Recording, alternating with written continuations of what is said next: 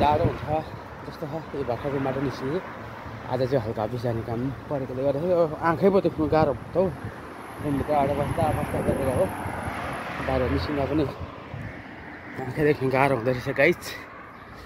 आज चाहिँ के हुन्छ जस्तो छ मेरो अफिसमा। तेरो यस्तै हो यस्तै हामी त यस्तै त हो नि ब्रो भने जस्तो। तर आँखा चाहिँ म देख्न सकिनँ अलिकै। यो हाफ भेस्टमा मात्र निक्लेको त कि जाडो हुन्छ भनेर, तर बाहिर घाममा ठिकै रहेछ। तर अलिअलि जाडो चाहिँ नि भइ नै राखेको छ। तर एकछिन अब गाडीभित्र बसेपछि त जाडो हुँदैन। तर म त्यहाँ परसम्म चाहिँ अब ब्याङ्क जानुपर्ने अवस्था छ। ब्याङ्क पुगेर चाहिँ त्यसपछि ट्याक्स चढेर सरेर जानेको गाइजहरू यस्तै हो। अहिले चाहिँ अफिस पुगेको अवस्था। अब लिफ्टमा सरेर चढेर जानुपर्छ। 6 फ्लोरमा छ। खुसी छु यस्तो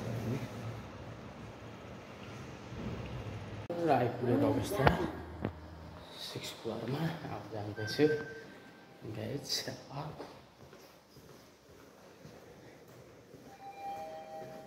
यस्तै हो, दुःख गर्नुपर्छ। दुःखको परिश्रमको फल अवश्य मिल्छ। दुःख नगरिकन सुख हुँदैन। तर मान्छेहरू के भन्नु है, तर मान्छेलाई चिन्नु सकिँदैन।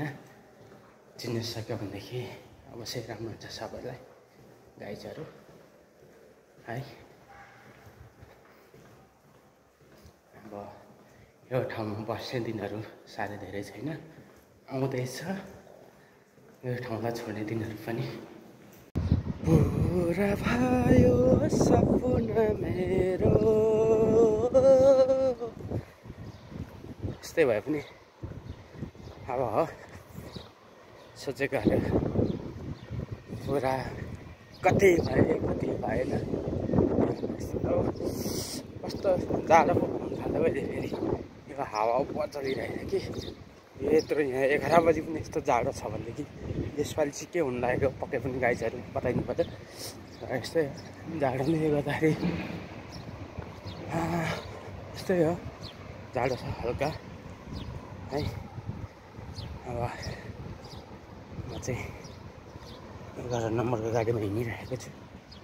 मेरो एक्सेस त्यही हो।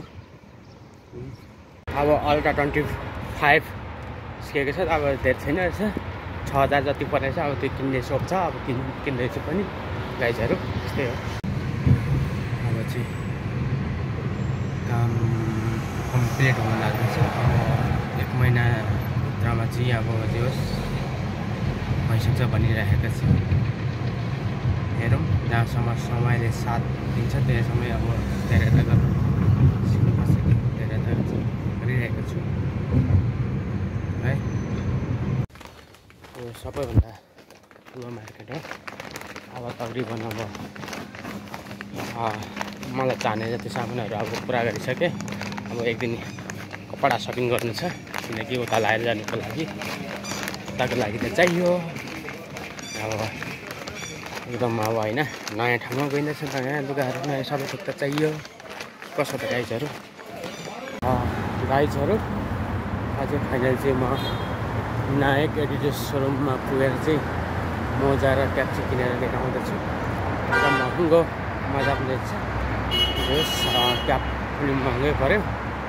अब यो टपअपमा केही लिन्छु अनि त्यसपछि चाहिँ अब रुमतिर किन्छ होला गाइजहरू। यस्तै हो, लगाएपछि क्वालिटीकै नलाउनु भन्छ। तर मेरो त्यो पहिले किनेर चाहनाहरू थियो, तर म जहिले पनि त्यस्तो नै लगाउनु हुन्छ। अब चाहिँ हेरेर अब हो सक्स मजाहरू नयाँ ड्रेस बाई गरेर कुनै चाहिँ पनि लगाइएन। यो मार्केटमा कि यहाँ केही अब सपिङहरू गर्नु पऱ्यो। आफूले लाउनु खोजेको चाहेको कुराहरू त किन्नु पऱ्यो नि हो। कसो छ गाइडहरू एकदम हावा चलेको अवस्थामा चाहिँ अलिकति अब यस्तै हो। अब भिडियोहरू चाहिँ अब भिडियोको क्वालिटी नहोला। अब फोन पनि अल्ट्रा किन्दैछु। धेरै चाहिँ होइन, अब त्यही हो। 4-5 हजारको किन्दैछु अल्ट्रासाउन्डहरू। गाइजहरू आफूले चाहिएको सामान त अब भरिपूर्ण किन्नै पर्छ आफ्नो लागि। यो घर होइन परदेशबाट अब हो यस्तै हो एकदम। अब हेर्दैछु सामानहरू के लैजाउँ भनेर,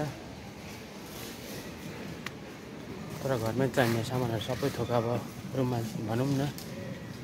त्यस्तै अब लुगा धुने साबुनहरू, त्यहाँदेखि कफी सफीहरू किन्नु पर्ला हो। अनि सरफहरू पनि चाहिरहेको छ।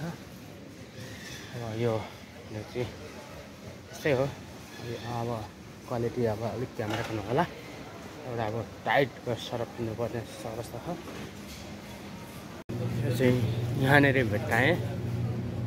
यो जुन स्कफी प्याकेट यत्रो 3 प्याकेट बोकेर हिँडिरहेको छु। अनि यो सरफहरू है अब आज धेरै महिनाको बादमा यो सपमा छिरेँ कि यति महँगो लाएर किनिरहेको छु। आफ्नै लागि हो, अरू कसैको लागि त अब कसले गरिदिन्छ र आफ्नो लागि आफै गर्नुपर्छ। आज चाहिँ सामान चाहिँ पुरै नसक्ने धेरै अलिकति हो कि, तर पैसा पनि धेरै नै खर्च भयो। समथिङ केही अलिकति यताउति गर्दाखेरि नै अब झन्डै 3 लाख रुपियाँ सक्यो अनि हल्का केही सामानहरू किन्दै पनि गाइजहरू अलिकति यस्तै हो।